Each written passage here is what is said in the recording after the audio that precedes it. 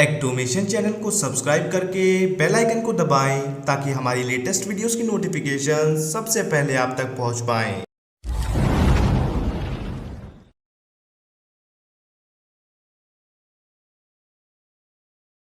Hello audience, तो कैसे हैं आप लोग? I hope you are up to your best health. तो लीजिए आ गई आपके अपने एक्टोमेशन चैनल की न्यूज कैप्सूल का एपिसोड नंबर 26।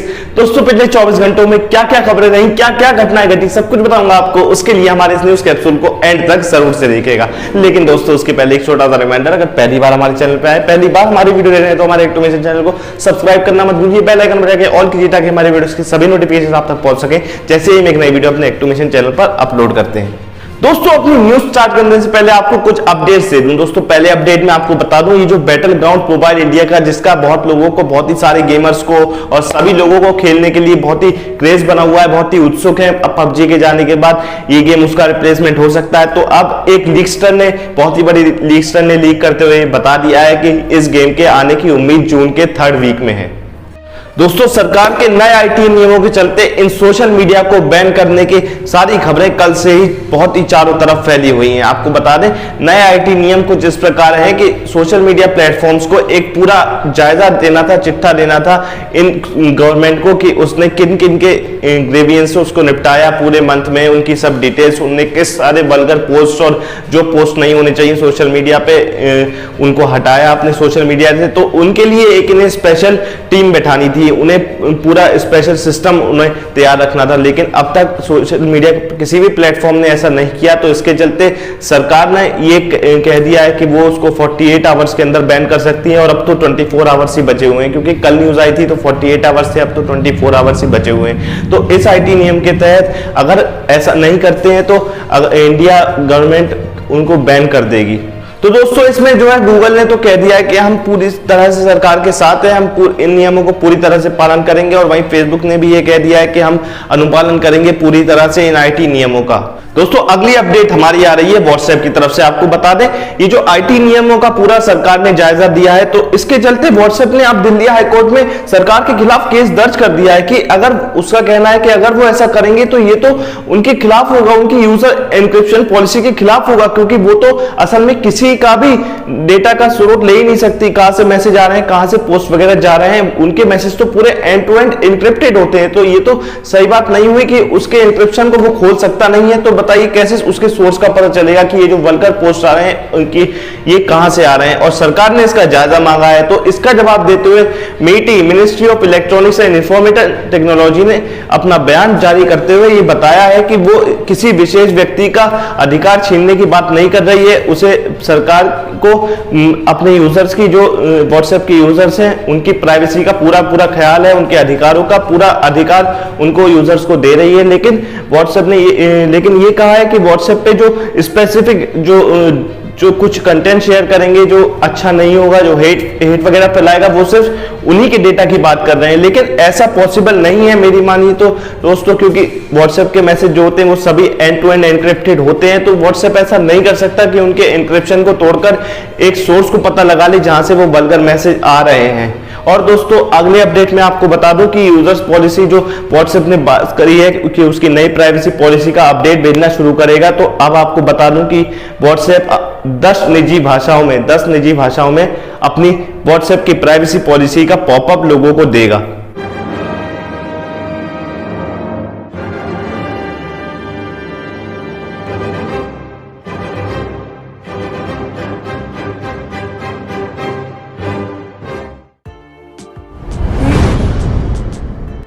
चलिए दोस्तों अब बढ़ते हैं हमारी पहली न्यूज की तरफ। आपको बता दें, देश में पिछले 24 घंटों में कोरोना की 2,08,921 मामले सामने आए। जी हां दोस्तों, कोरोना के मामलों में एक बार फिर से बढ़ोतरी दिखाई दी। वहीं मौतों का संख्या भी 4,000 से पार हो गई है। मैं बता दूं आपको कि 4,157 मौतें हो गई हैं पिछले 24 घंटों में।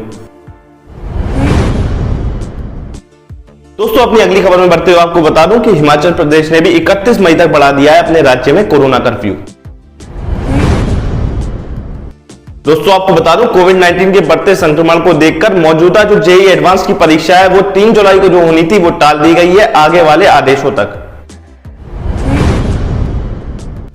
दोस्तों आपको बता दूं, सोशल मीडिया पर एक पोस्ट वायरल हो रहा था कि फतेहपुर के एक यूपी में जो गांव है उसमें 100 लोगों की कोरोना से मौत हो गई, जिसको यूपी सरकार ने फर्जी बताते हुए खारिज कर दिया है। दोस्तों आपको बता दें, ब्लैक फंगल इन्फेक्शन लगातार देश में तेजी से फैलता ही जा रहा है। सबसे ज्यादा ब्लैक फंगल इन्फेक्शन के मामले हैं गुजरात में, उसके बाद महाराष्ट्र में, उसके बाद आंध्र प्रदेश में मामले हैं, उसके बाद है मध्य प्रदेश में, उसके बाद तेलंगाना में और उसके बाद 701 मामले हैं उत्तर प्रदेश में। दोस्तों वैक्सीन की कमी होने के कारण यूपी में एक बहुत ही आश्चर्यजनक बात सामने आई है। आपको बता दें, 20 जनों को पहली डोज में लगाई कोविशील्ड और दूसरी डोज में कोवैक्सीन लगाई। दोस्तों सरकार ने आप सभी से अपील करी है कि अपने कोविड-19 सर्टिफिकेट को सोशल मीडिया हैंडल्स पर शेयर ना किया कीजिए, इससे आपके जो नेम्स और पर्सनल डिटेल्स साइबर फ्रॉडस्टर्स के हाथ लग सकते हैं। दोस्तों फ्लिपकार्ट से एक बहुत ही अच्छी खबर सामने आ रही है, जहां पूरे देश में बेरोजगारी का मंजर फैला हुआ है। वहीं फ्लिपकार्ट से ये रिपोर्ट निकल के सामने आई है कि उसने मार्च से मई के बीच में 23,000 लोगों को अपनी कंपनी में नौकरी दी। दोस्तों आपको बता दें, बीजेपी के एक एमएलए ने कोविड-19 को खत्म करने के लिए सड़क पर एक ठेले पर भरकर गोबर और जड़ी बूटियां जलाई। दोस्तों देश के बाहरी हिस्सों में तो कोविड-19 की वैक्सीन और उसका इलाज हो जाएगा, लेकिन अब बात आती है जो आदिवासी गांव है वहां पे कैसे इलाज होगा। तो आपको बता दूं, डॉक्टर्स की टीम वहां पर भी मदद करने के लिए हर समय तैयार है। आपको बता दें, डॉक्टर्स की टीम जो है वो एक नदी को पार कर और 8 किलोमीटर पैदल चलकर कोविड-19 के इलाज और उसकी समस्याओं को देखने आदिवासी गांव में पहुंच गई।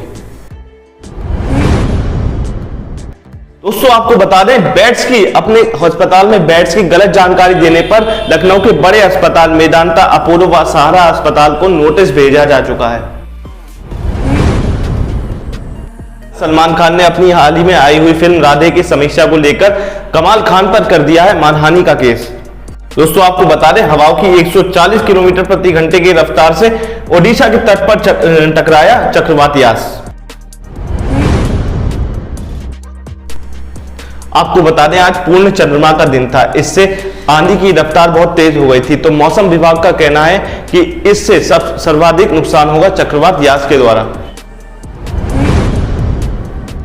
अरुणाचल प्रदेश के एक एमएलए ने प्रधानमंत्री मोदी को एक चिट्ठी लिखते हुए अवगत कराया था कि ये जो battle ground mobile India game है, ये चाइना से इसका संबंध है और चाइना से रिलेशन है, तो इस पे आप ध्यान रखें, नजर रखें और हो सके तो इसको बैन भी कर दें। तो इस पे पारस ऑफिशियल नाम के एक चैनल ने टिप्पणी करी थी उनपे कि उन्हें तो गैर भारतीय बताया था और अरुणाचल प्रदेश को चीन का हिस्सा बताया था। इस पर उन पर कड़ी कार्रवाई हो गई है और राजकुमार राव जो फिल्म के जो एक एक्टर हैं, उन्होंने कहा है कि ये बिल्कुल अस्वीकार्य है। दोस्तों 23 साल के एक रेसलर के मर्डर के केस में जो सुशील कुमार है वो सिर्फ अभी दोषी हैं, उनका अभी मर्डर केस साबित नहीं हुआ है, उनका गुनाह साबित नहीं हुआ है। तो इस पर एक हैंडबॉल फेडरेशन के एक अधिकारी ने कहा है कि अगर गुनाह साबित हो गया तो उन पर कार्यवाही करी जाएगी, कड़ी से कड़ी कार्यवाही की जाएगी। आपको बता दें, मई में सर्वोच्च स्तर पर पहुंची खाद्य तेल की कीमतें, सरकार ने करी बैठक। दोस्तों एक रोचक घटना सामने आ रही है। आपको बता दें, 360 सीटों वाले एक विमान ने दुबई से मुंबई के लिए सिर्फ एक ही यात्री ने करी यात्रा। आपको बता दें, आईएमए उत्तराखंड ने बाबा रामदेव को 1000 करोड़ रुपए का मानहानि केस भेज दिया है और माफी की भी मांग की है। आपको बता दें, सुपर ब्लड मून का असर आज भारत में देखने को मिला और ये करीब 3 घंटे चला। दोपहर 3:15 से लेकर शाम 6:23 तक यह चला। दोस्तों सीएम ममता बनर्जी का यह कहना है कि पश्चिम बंगाल में चक्रवात यास के कारण 3 लाख घर ग्रसित हो गए और 1 करोड़ लोगों को हुआ है भारी नुकसान।